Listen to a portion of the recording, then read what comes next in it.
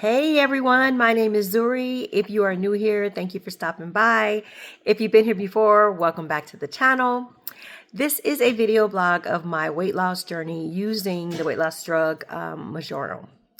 That is a GLP-1. It's very similar to Ozempic and Wegovy and Zepbound. So if you are on any one of those weight loss shots, you can follow my journey as well. And I think I'll have some helpful tips for you. So this video is going to discuss the top 10 things I wish that I knew before I started my journey. So if you're anything like me and was prescribed the shot, I was a person who had diabetes. My doctor told me about the shot, gave it to me, sent me along the way and said if I had a problem doing the shot that I could go back to the office and the nurse could give me the shot. And that was kind of it.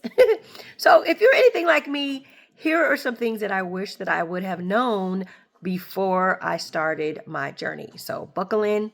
Here we go. If you stay to the end, I'll have 2 additional tips that I think will be helpful for you. All right, number 1, dosage. So it's important that when you're using the weight loss drugs that you start on the smallest dose possible and then you increase over time. So for example, you would stay on one dose for 4 weeks and then increase if needed, 4 weeks, increase if needed, 4 weeks. And the reason for that is to limit or prevent side effects. So any information I provide here, let me just preface this by saying this is not medical advice.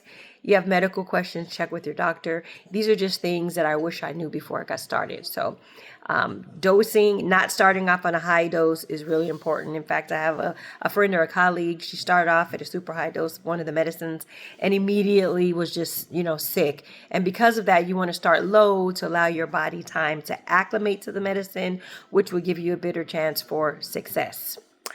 All right, number 2. Learn where and how to give yourself the shots.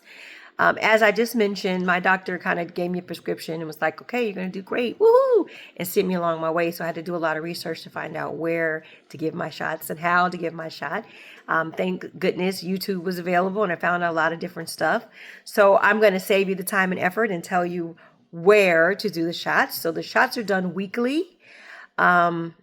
And you would want to do them in your fatty tissue. So the recommendation for the shot is in your arms, around your stomach, or in your thighs. So you want to do fatty tissue, not in the muscle or not in a blood vessel. So we're talking, you can do here, you want to do the sides. Same thing on your thigh. You want to do the top outer side of your thighs. And then you want to do it in your stomach. You can do around. All the way in a circle, but you don't want to do your belly button or in your waistline.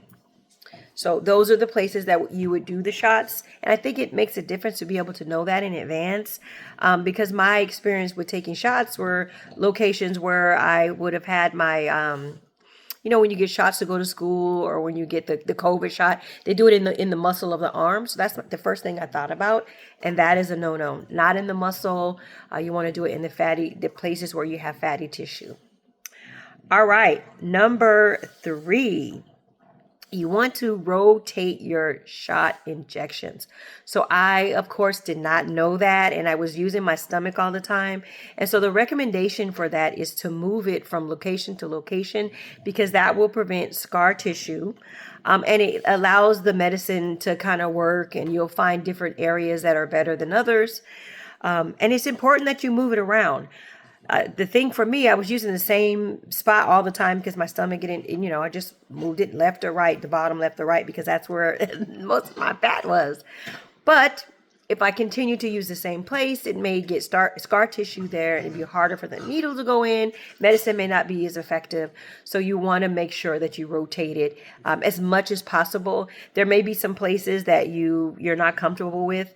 But you can even rotate in the same area up and down. For example, if you're going to be using your arm, You can use anywhere up in here or around here. And so you can just move it one spot, one spot, one spot, one spot, one spot. Same thing with your stomach. You can start at the top. You can go all the way down. You can go around. Same thing with your thigh. So many different places that you can go to. Just don't use the same spot or the same location. And for me, the recommendation would be like I did. I keep track of it. I keep a note of where I went last so that I don't go back to the same spot. There's also an app called Shotly. I don't use the app, but I know a lot of people do. And it records the shot for you. So that way you'll know where you're going to go. All right. Number 4. Be patient with the weight loss.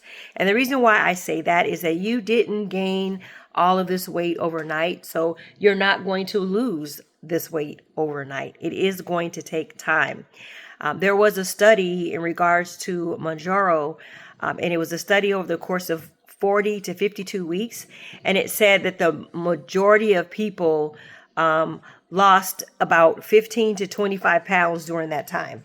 So it's not something that you're expected to lose a lot of weight very quickly. And the recommendation is the higher the dose, the more weight loss that you will lose.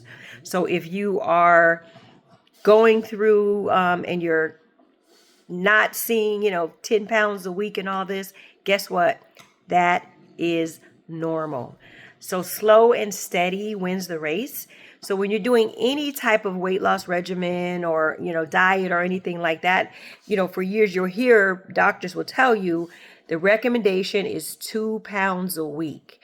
So if you're losing 1 to 2 pounds a week, then you're in the healthy range of weight loss. And guess what? 1 to 2 pounds a week every single month adds up. So eventually you can get down those 50, those 60, those 100 pounds. You'll see a lot of people that have lost 100 pounds and stuff like that, and they've been on it for an entire year. So don't try to rush it. Don't think that this is something that's going to happen overnight because, as mentioned before, you gain the weight over the course of time. So it's not going to just come off regularly. Another thing that kind of just goes along with that, a lot of people look for the weight and it comes off in little bits and you think, oh, my stomach is not getting small. I'm losing it here. I'm losing it there. You want to kind of think of like a swimming pool. So say if you were taking all of the water about the pool and you've got 3 feet over here and you've got 9 feet over here. So if you're taking and draining the water out of the pool, the weight is going to come down at the same level. But as it goes down, you'll find that the smaller or the lower feet, it looks like the water has disappeared, but in the 9 feet, there's still some water there. That'll be the same as you. So your weight loss or your fat is going to come off from every part of your body equally, but the places where you have more fat, it's going to look like it's sticking around for a long time, but it is disappearing little by little. So don't be discouraged. All right, number 5. And this in particular is for me and people like me. So I am prone to constipation. So it is important that I do not allow myself to get constipated. On this medicine, you'll find some people that maybe feel nauseated or may end up with the runs, and then you'll have some people that are constipated. This is specifically for people who suffer from constipation. So I was dealing with constipation. In fact, I made a couple of videos of a lot of things that worked for me over the months. So check those out. But I was dealing with the constipation and I would get constipated and I would be reactive. But recently in working with my doctor, I found out that he said I absolutely should not allow myself to get constipated, period. So I shouldn't get to that point because the way this medicine or these medicines work is that they slow down your digestive tract. And if you're constipated, you could end up with stomach paralysis. If the stool gets stuck there, you could end up having some things that will be negatively impacting in the long run. So it's important that if you do find that you're prone to constipation, stay ahead of it. And again, I made another video with different tips and tricks that you can use to get the bowels moving. So please take a look at that video. And if it works for you, if you like it, give me a like on those. Same thing with this video. If you find this information useful, please like the video, subscribe to the channel. I'm trying to get as many people as possible to come back and watch and share the journey with me. All right. Number 6, move your body, period. Get exercise. If you're morbidly obese and you can't exercise, guess what you can do? You can lift up your arms. You can stand up. You can sit down. You can lose weight walking around the island in your kitchen, walking around your couch. Just do something to get your body moving is going to be very beneficial to you. And just keep that in mind. I'm not going to give you big, long exercise regimen or anything like that, but get moving as the best you can. Now, if you are able to work out and go to a gym, great.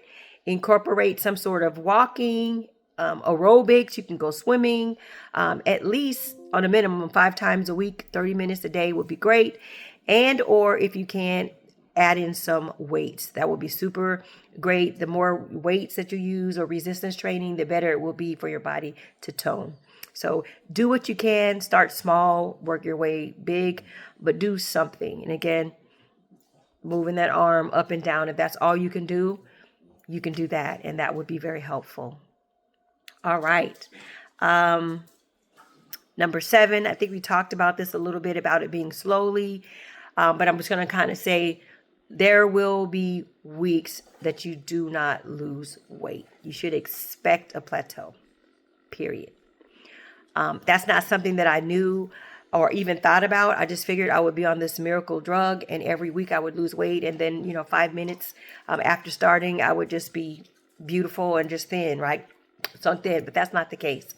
There have been several weeks where I did not even lose a pound. And on this medication, that's actually normal. But no one told me that. So I am telling you, there will be weeks where you will not lose weight. Expect it.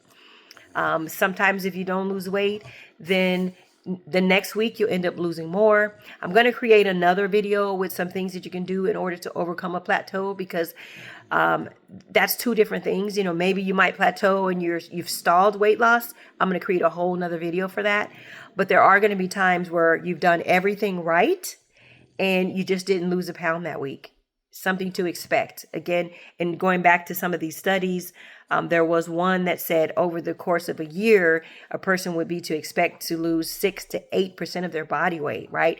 An entire year. So the medicine is set up for you to do little by little by little. Again, there will be weeks where you lose nothing and or maybe 1 pound, 2 pound, or slow weight loss. It could be that you go 2 weeks, but it is normal. And again, I'm going to create a whole nother video for you if you have done everything right and you're not losing weight at all and you've hit a tremendous stall. That's going to be something different.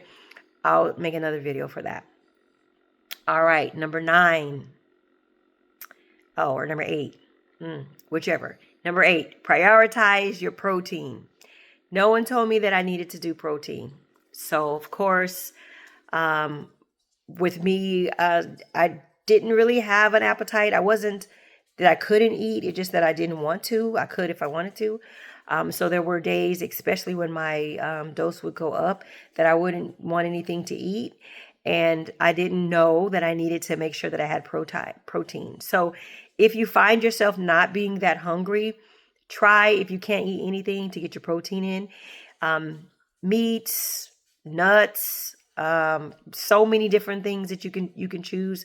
For me, my go-to would be a protein shake, protein bars, whatever you can do in order to get some protein in. Especially if your eating is limited, you want to make sure that you do that. There's a recommendation for each person's body weight. I say as a minimum, you want to shoot for 64 to 80, probably 120% protein a day.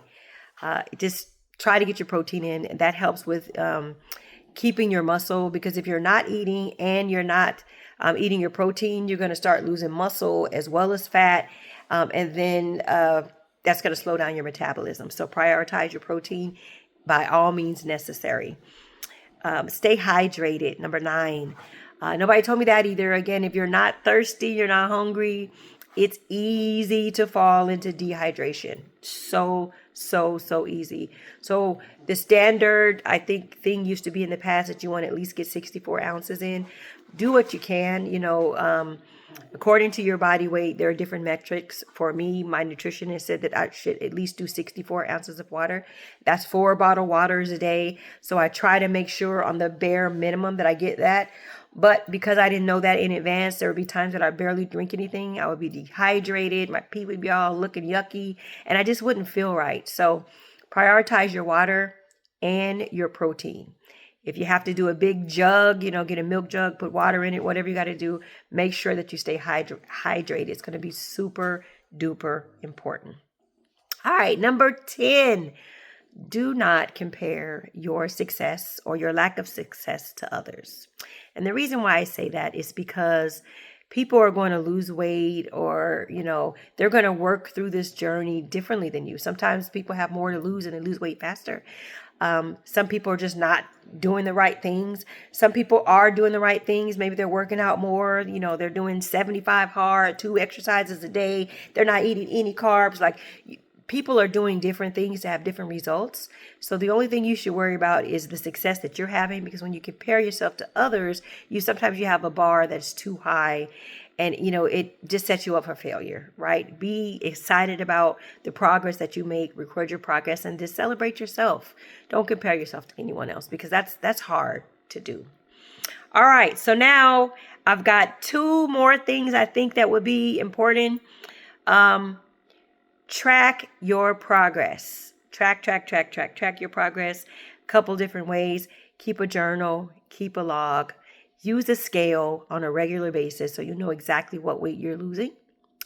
If you have a way to kind of record your waistline and your arms, do that. Like, write down what your measurements are, and then kind of go back to it so that what you can celebrate your success. And that way you know the full range of your journey. Because sometimes when you're in the midst of the journey and you're not seeing progress, it's easy to forget how far you've come, especially if you've been on the journey for like 6 months and this last month has been a struggle for you. You may be thinking, oh man, I'm not, losing weight. I'm not exercising. I'm not doing this and that. But if you're recording your journey, you can go back to the beginning and go, oh, wow, you know what? I lost 50 pounds. Wow, I'm so proud of myself. Oh, look at this. I'm a size 10 now. I used to be a size 16. Just keeping track of your journey and knowing where you started and being able to know where you are going is really beneficial. And then that leads me into my number 12 and last and final bonus one. Celebrate non-scale victories. What does that mean? That means if you've got an outfit that you're able to wear now and you weren't able to wear it, good for you. Celebrate that. Maybe your shirts are feeling different. Maybe your pants are feeling different. The scale may not be moving, but maybe you've got a little bit of give on your outfit. Maybe your smile is looking different. There are so many different things that happen outside of the scale that we need to record and we need to recognize and we need to celebrate ourselves for. So those are all things that I kind of wish that I would have, known before. And hopefully you found some of these things beneficial. I certainly appreciate you being here with me on this journey. Again, I'm trying to now get as many subscribers as possible. I started this journey off just making a blog for myself, and I saw that there were 1 or 2 people that were, supporting the journey and wanting to hear about it. So thank you for being here from the beginning. Thank you to anyone new who's stopping by. And again, if you find any value, please like this video and subscribe to the channel for regular updates on my journey. Thank you for being here, friends.